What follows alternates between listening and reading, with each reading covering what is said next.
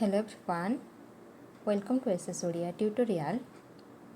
प्रथम अध्यायर आज आम केतेक 1 नंबर विशिष्ट प्रश्न आलोचना करबा। गोटे शब्द रे उत्तर लिखिबाको हेबो। आजिर प्रथम प्रश्न रहिछि किए विभिन्नता मध्यरे एकतार एक सुंदर उदाहरण अटे। सठिक उत्तर कौन हेबो समस्ते कमेंट बॉक्स रे जणांतु। प्रश्नटी होछि किए विभिन्नता मध्यरे एकतार एक सुंदर उदाहरण अटे। यार सठिक उत्तर होछि भारत।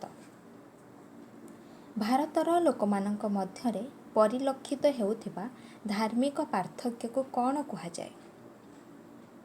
प्रश्नटी होछि भारतर लोकमानंक मध्यरे परिलक्षित हेउथिबा धार्मिक पार्थक्य को कौन कुहा जाए। यार सठिक उत्तर होछि धार्मिक विभिन्नता बोली कुहा जाए। भारत माता संप्रति भारतर केउ एकता को दर्शाई थाए। प्रश्नटी होछि भारत माता संप्रति भारतर केउ एकता को दर्शाई थाए। यार सठिक उत्तर होछि भाषागत एकता। भारत वर्ष केउ महादेशर एक उपद्वीप अटे। भारत वर्ष एशिया महादेशर एक उपद्वीप अटे। विश्वर केतेतम राष्ट्र भावे भारत ख्याति लाभ करिअछि। प्रश्नटी होछि विश्वर केतेतम राष्ट्र भावे भारत ख्याति लाभ करिअछि। यार सठिक उत्तर होछि सप्तम। केउ राजांक नाम अनुसारे आम देशर नाम भारत होइछि। राजा भरतंक नाम अनुसारे आम देशर नाम भारत होइछि। मुस्लिम आक्रमणकारी माने भारत को केउ नामरे नामित करथिले। प्रश्नटी होछि मुस्लिम आक्रमणकारी माने भारत को केउ नामरे नामित करथिले। यार सठिक उत्तर होछि हिंदुस्तान नामरे। केउ नदी नाम अनुसारे भारतर नाम इंडिया होइछि। केउ नदी नाम अनुसारे भारतर नाम इंडिया होइछि। यार सठिक उत्तर होछि सिंधु बा इंडस नदीर नाम अनुसारे। केते वर्ष पूर्वे भारत रे सर्वप्रथमे मनुष्यर आविर्भाव घटिथिला। केते वर्ष पूर्वे भारत रे सर्वप्रथमे मनुष्यर आविर्भाव घटिथिला। यार सठिक उत्तर होछि ख्रीष्टपूर्व 50 लाख वर्ष पूर्वे। जैविक धार्मिक भाषागत लक्षण उपरे पर्यवेसित दले लोकंक मध्यरे देखा जाउथिबा सामूहिक पार्थक्य को कौन कुहा जाए। यार सठिक उत्तर होछि विभिन्नता कुहा जाए। भारत माता संप्रत्यय भारतर केउ एकता को दर्शाई थाए। भारत माता संप्रत्यय भारतर केउ एकता को दर्शाई थाए। यार सठिक उत्तर होछि भावगत एकता। केउ भाषा समस्त भारतीय भाषार माँ भଳି। संस्कृत भाषा होछि समस्त भारतीय भाषार माँ भଳି। काहाकू बहुभाषा मिश्रित एक कोलाहलमय दुर्ग कुहा जाए। प्रश्नटी होछि काहाकू बहुभाषा मिश्रित एक कोलाहलमय दुर्ग कुहा जाए। यार सठिक उत्तर होछि भारत। ऐक्यर अर्थ कौन। ऐक्यर अर्थ होछि संहति। विभिन्नतार अर्थ कौन। विभिन्नतार अर्थ होछि असमानता। प्राचीन काल रे केउ भाषा एक संयोगकारी भाषा रूपे कार्य करुथिला। प्रश्नटी होछि प्राचीन काल रे केउ भाषा एक संयोगकारी भाषा रूपे कार्य करुथिला। यार सठिक उत्तर होछि संस्कृत। किए कहिथिले जे भारत भाषार एक संग्रहालय। किए कहिथिले भारत भाषार एक संग्रहालय। यार सठिक उत्तर होछि AR देसाई। केउ भाषा समस्त भारतीय भाषार माँ भଳି। संस्कृत भाषा होछि समस्त भारतीय भाषार माँ भଳି। भारतर द्वितीय बृहत्तम भाषा भावे केउ भाषा परिचित अटे। यार सठिक उत्तर होछि तेलुगु जहाँकि भारतर द्वितीय बृहत्तम भाषा भावे परिचित अटे। भारत रे देखा जाउथिबा विभिन्न भाषा गुडी को केतोटी भाषागत परिवार रे अंतर्भुक्त करा जाइछि।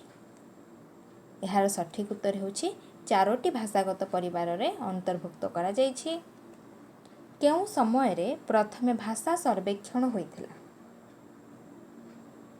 केउ समय रे प्रथमे भाषा सर्वेक्षण होइथिला। यार सठिक उत्तर होछि 1903 रु 1923 समय रे ही प्रथमे भाषा सर्वेक्षण होइथिला। परवर्ती प्रश्न, भारतर केउं परिच्छेद रे भारतीय भाषा संख्या दर्शा जाइछे? भारतर अष्टम परिच्छेद रे भारतीय भाषा संख्या दर्शा जाइछे। 1971 जनगणना अनुसार भारत में केतोटी मातृभाषा रही? 1971 जनगणना अनुसार भारत में केतोटी मातृभाषा रही? 1652 मातृभाषा रही। समुदाय भारतर जनसंख्यार केते भाग लोक ओडिया भाषा रे कथबार्ता हुअन्ति? समुदाय भारतर जनसंख्यार केते भाग लोक ओडिया रे कथबार्ता हुअन्ति? यार सठिक उत्तर होछि 4 भाग लोक। तेलुगु भाषा रे केते भाग लोक कथबार्ता हुअन्ति? तेलुगु भाषा रे 11 भाग लोक कथबार्ता हुअन्ति।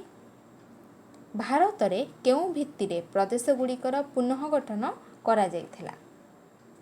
प्रश्नटी होछि भारत रे केउं भित्तिरे प्रदेश गुड़िकर पुनः गठन करा जाइथिला?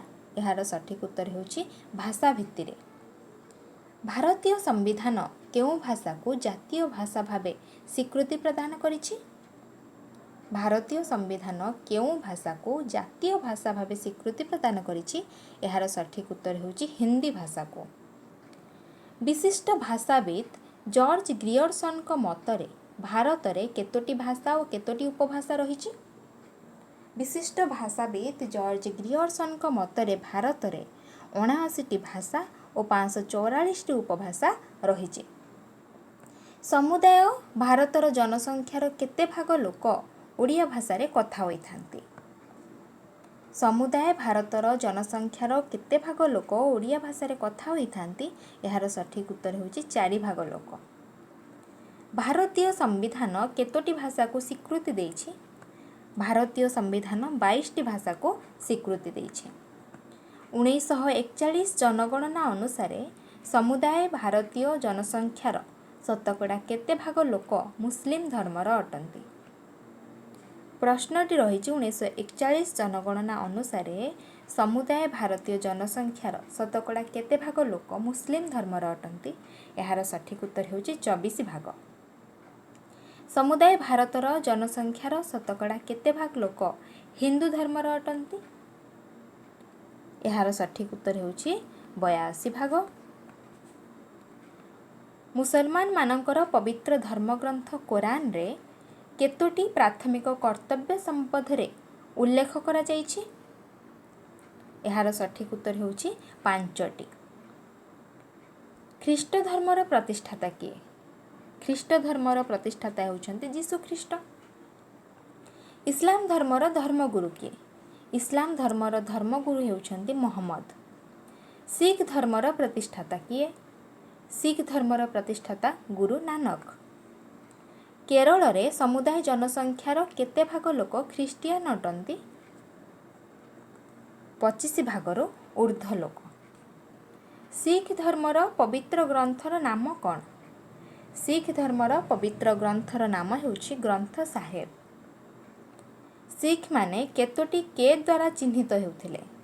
सिख माने 5टी के द्वारा चिन्हित हेउथिले। आजिर शेष प्रश्न, समुदाय भारतर जनसंख्या शतकड़ा केते भाग लोक सिख संप्रदायर?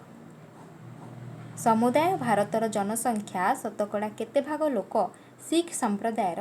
यार सठिक उत्तर होछि 2 भागरो बेसी। ए थिला आजिर केतेक प्रश्न जहाँकि आम आलोचना कले। परवर्ती समय रे आम आउ किछि प्रश्न आलोचना करिबा। आजिर आलोचनाटी ताहाले आम एठी शेष करिबा। जदि वर्तमान पर्यंत आपण माने भिडियोटी को लाइक करि नाहंती, प्रथमे लाइक करंतु, निज सांगसाथी मानक सह शेयर करंतु एवं चैनलटी को सब्सक्राइब करंतु। पाखरे थिबा बेल आइकन को क्लिक करिबा पई भूलंतु नाही। ऑल नोटिफिकेशन को ऑन करंतु, जहा फଳରେ कि प्रतिटी भिडियोर नोटिफिकेशन आपण माने यथाशीघ्र पाई परिबे। डिस्क्रिप्शन में समस्त सोशल मीडिया प्लेटफॉर्म रो लिंक रही, से आपण समस्त जॉइन करि परिबे। Thank you.